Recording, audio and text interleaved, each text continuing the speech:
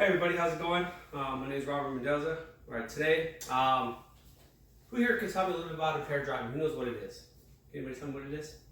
When you've been drinking and then you get behind the wheel. You've been drinking and driving, right? Now, having any impaired substance is not just alcohol. It could be drugs, anything that impairs your central nervous system and has long effects on you driving and operating a motor vehicle.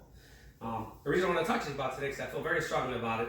And I feel that after consuming any type of alcohol or any type of impaired substance, I don't think you should get behind the wheel and drive a motor vehicle. Okay? So, say you're having a late night dinner with friends, family, you go out drinking, and you're like, hey, I'm okay to drive home. All right? More than likely, that's you making the decision right there to get behind the wheel and drive. At that point, you shouldn't, though, because already the impaired substance has already affected your mind, which is already could lead to damaging results in the long run. Okay, so what I want to talk to you a little bit about is called National Highway Traffic and Safety Administration. Okay, they're called NHTSA.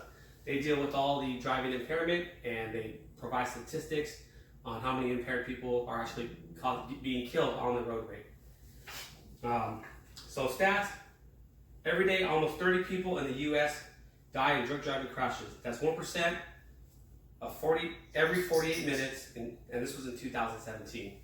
So the goal of my speech is to give you enough information on impaired driving, risk factors, how it's absorbed to the body, and what the impaired substance does to your mind. Okay.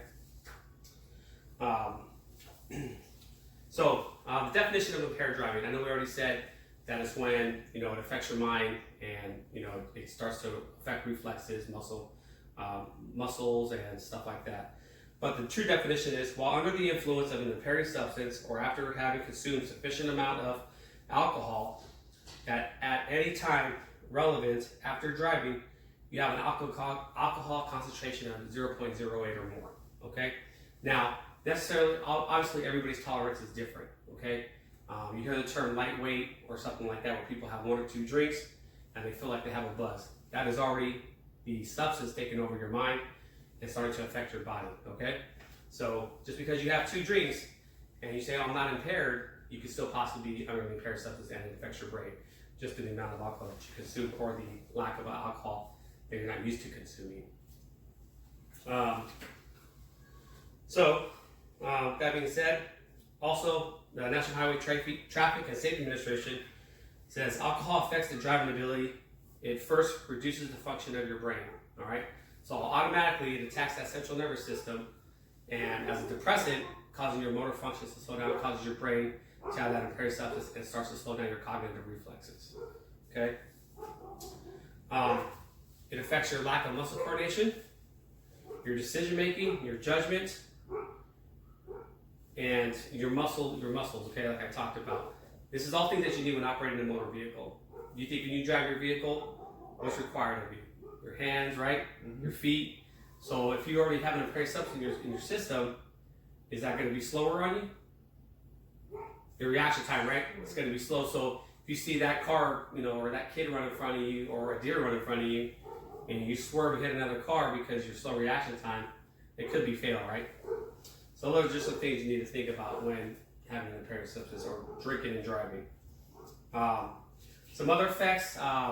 A lot of people don't know about this one. They kind of hear about it, but it's a medical term. It's called HGN. It's called horizontal gaze nystagmus. What horizontal gaze nystagmus is, it's where also another central nervous system depressant that attacks the body, which all but affects the eyes. Okay, causes involuntary jerking of the eyes, having an effect on the person's vision, not allowing full control of the vehicle and the field of view for peripheral vision. All right. So what that means is horizontal gaze nystagmus is just like I said, the involuntary jerking of the eyes, which causes the central nervous system to make your eyes shake back and forth, okay? A lot of people don't know about this, but that's the first thing that depressant attacks. So what it does is it affects your peripheral vision. You're not able to see the things coming across your path as you're driving that motor vehicle, which it could be a car coming into an intersection, it could be a person walking into an intersection, or anything like that, because your eyes are bouncing back and forth and they're not controlled and stable like they normally would be when you're not in an impairing substance. So those are just some things, okay? So now that I talked a little about that, I want to talk about how alcohol is absorbed into the body, okay? So obviously you got ingested first, through the mouth. It goes through the stomach lining and then into the small intestine.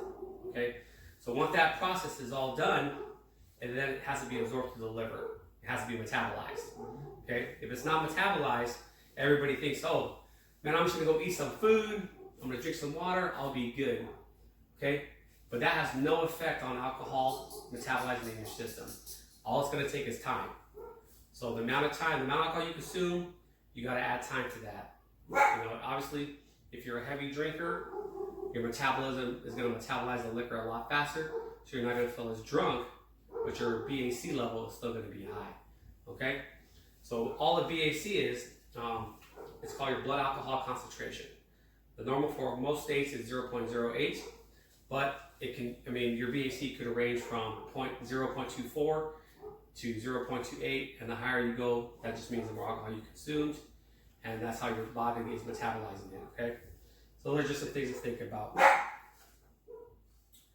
And like I did mention, the biggest thing is just time. You need time for that alcohol to be consumed to the body, and the only way to do that is through the liver. All right, so some risk factors now are probably the biggest thing, okay? So there are some statistics out there with NHTSA. They say that men are more likely susceptible to be accused of impaired driving more than anything. The reason why is, as a dad or as a male, you go out drinking with friends, or you don't want your wife to drive, or you want to make sure your kids are safe. That's just the parent in you. But at the same time, it doesn't mean anything to turn over those keys to somebody else and let them drive.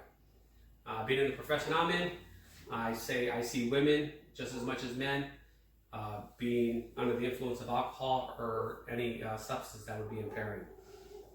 So one thing to think about is impaired driving doesn't discriminate. Okay, it's just going to be. It attacks everybody, anybody, and it affects everybody. Okay. So with that being said, you got to be, when you're on the roadway and you consumed alcohol or an impairing substance, it's not going to discriminate that family that's driving next to you on the side of the road, who's trying to get home safe with their kids, and it doesn't matter what life it takes. So that's just something to think about when you're consuming alcohol and impaired driving. So with that being said, I always talk about the risk factors, some consequences that come into this. Obviously, if you see those blue lights and sirens behind you, you know what's going to happen. It's a misdemeanor. It could be a felony. There's fines that go with this, up to upwards of $10,000, possible jail time. Those are just all some factors and consequences of impaired driving. So I felt that it was strongly to talk about this because I just think that impaired driving is not looked at enough, and a lot of people tend to think, I've only had 2 drinks, I'm okay to drive. And really, that's not the case. You can have 1 drink and you're automatically under an impairing substance, just because of the way alcohol attacks the body. So with that being said, I hope I provided you enough information, and I hope you feel strongly, as I do, that you should not consume any type of impaired substance or alcohol and get behind the wheel and drive a car. There's many things out there. You have Uber nowadays, Lyft, a taxi, phone a friend. Do what you got to do. Just don't get behind the wheel and drive a car.